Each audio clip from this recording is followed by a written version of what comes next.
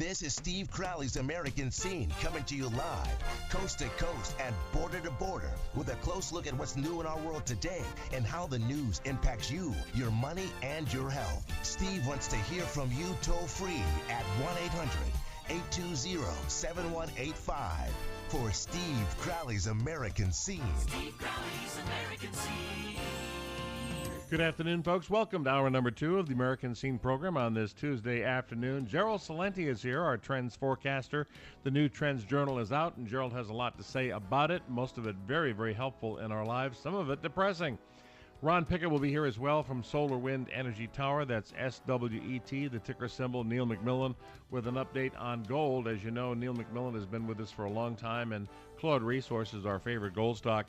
Ron McCundy will be here as well from India Global Cap, IGC. It all begins right now with Trends forecaster Gerald Celente. Steve Crowley's American Scene. You can go to TrendsJournal.com, folks, and subscribe. Gerald Celente's been doing this since 1980. Wonderful Trends Journal comes out and really predicts the future. It tells us what's going to happen before it happens. That's the point. Very effective in our personal lives, our business lives, our careers, all of that, and knowing what's really, really going on.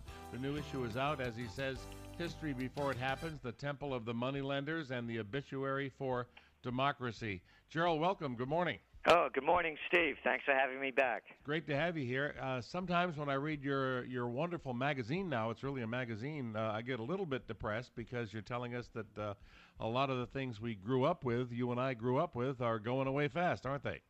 Well, we could begin with the mom-and-pop stores. Hey, remember that quaint thing when people used to have hardware stores before they had Home Depots and Lowe's? Yes.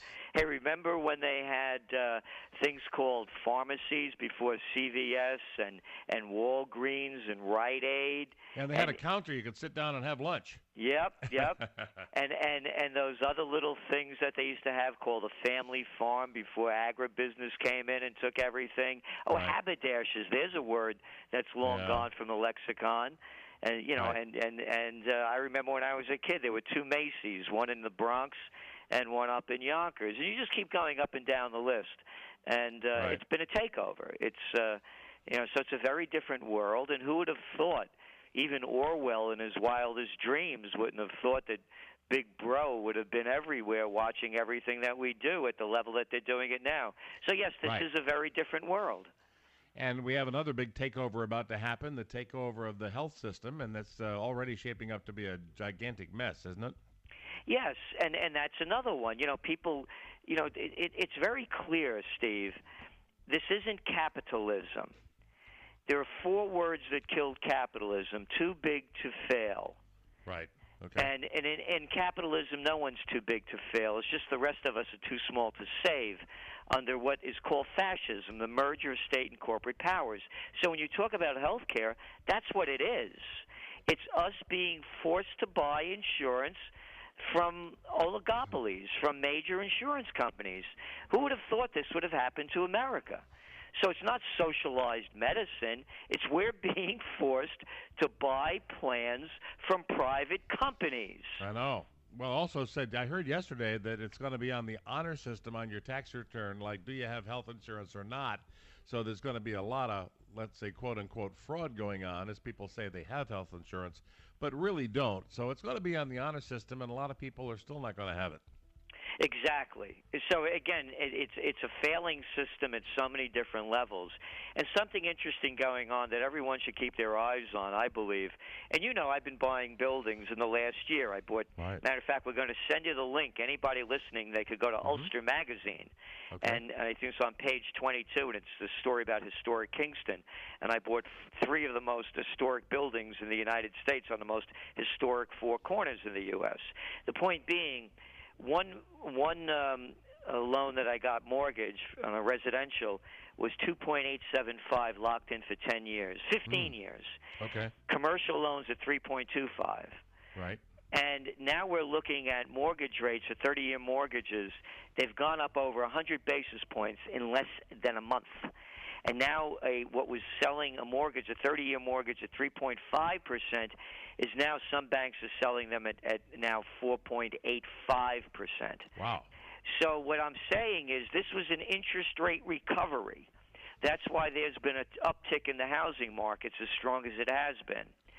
And now with interest rates going up, the economy is going to go down.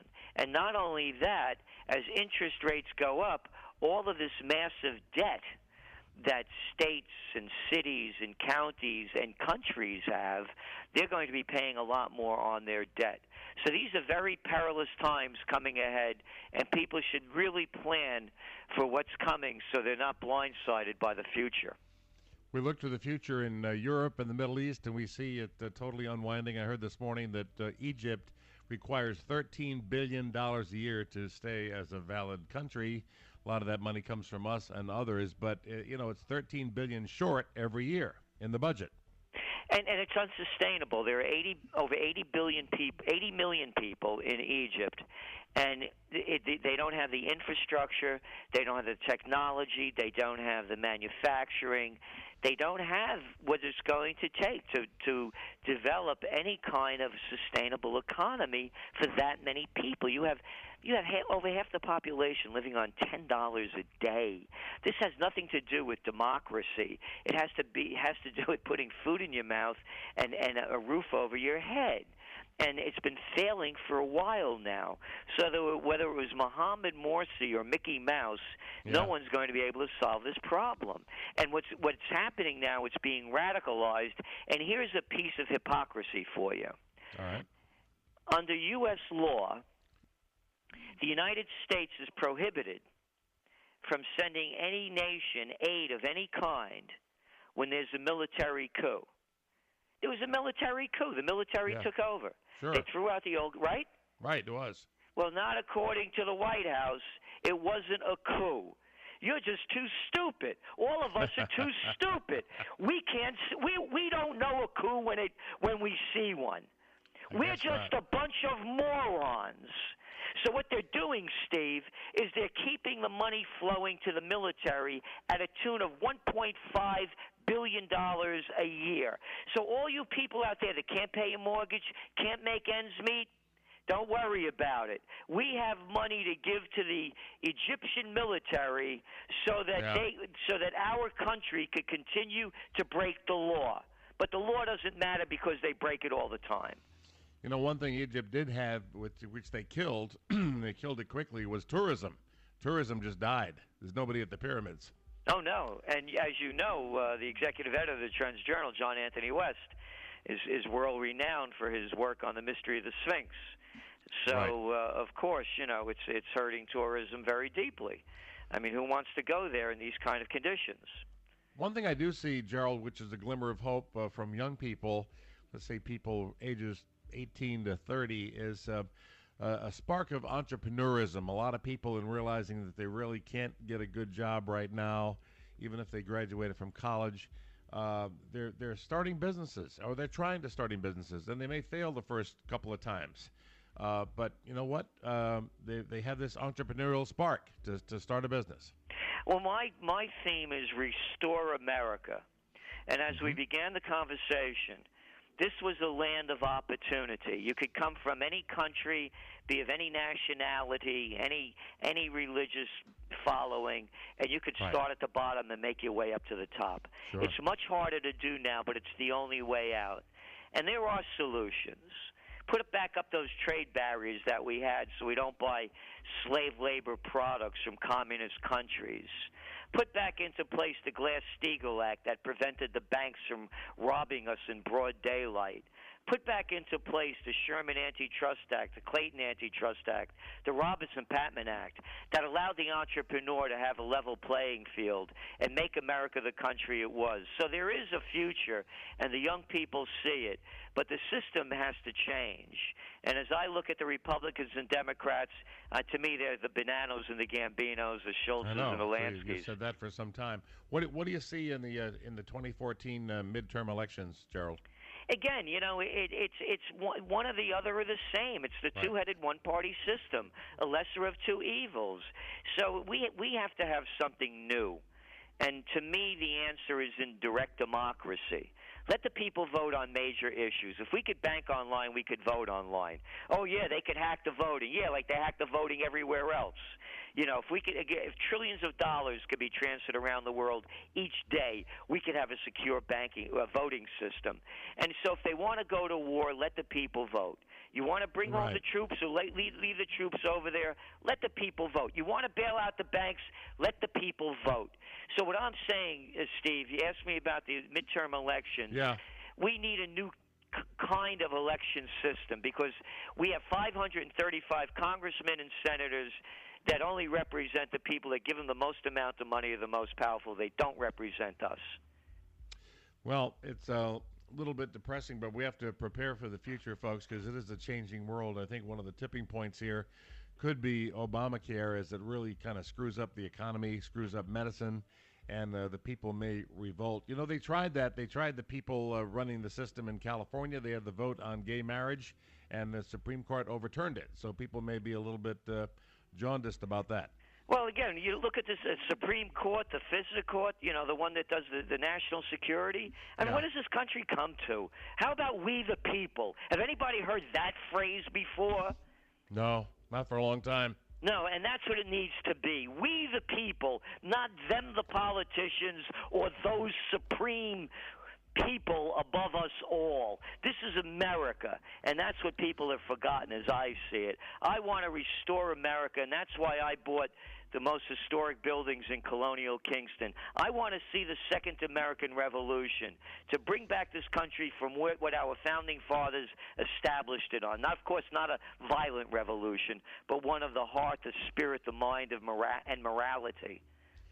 Well, you know what I think of? I mean, more and more, you know, people relate now the American Revolution to what's going on today, because this was the state of England back in the 1760s, 1770s, and people did revolt against King George, and they were tired of taxation without representation, and that this caused the first revolution, which was, of course, a bloody revolution. Yes, and you were mentioning the young people. They're going into a futureless future. Well, look at the numbers, Steve. Look at what these young people owe coming out of college. At $40, $50, $60, $70,000 for degrees in worthlessness. Right. And then if they do get a job, look at the numbers. 50% of them have jobs that require a high school education. They can't earn a living wage. Look at the facts. Since the Great Recession began, 3/5 of the jobs that were lost were middle-income paying jobs. 3/5 of the ones that have been recreated are low-income paying jobs. What are they going to do? Get a job at Walmart, at Staples, a cashier, stocking shelves? Oh, and if you really be a good boy or girl, someday you could be a store manager. So, no, you're going to see these people are going to be the future. It's their life is on the line.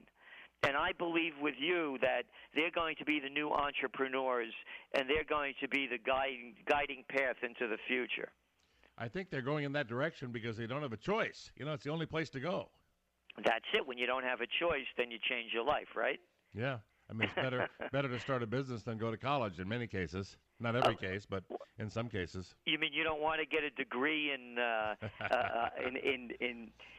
animal husbandry? Yeah, well, even that one is a good one. You could do something with it. My favorite is women's studies. I want to see one in men's studies, you know. Right. And then the anthropology, that'll get you very far. How about foreign affairs? Well, and then you look at what's going on in New York over here. We have Elliot Spitzer back on the campaign trail. He had he had a foreign affair too, didn't he? You know, and the other guy, Stanford, down in North Carolina. Wow, well, he's based with all his team, folks, in Kingston, New York, upstate from New York City. Go to TrendsJournal.com and subscribe. You're going to love it. His new issue is out. It's really a full magazine talking about the future, where we are today, and where we're likely to be headed in the next, 2, 3, 5 years. Gerald, always a pleasure. Have a great summer. Hey, you too. Thanks for having me on, Steve. We'll talk to you soon. Take care, and we'll be right back.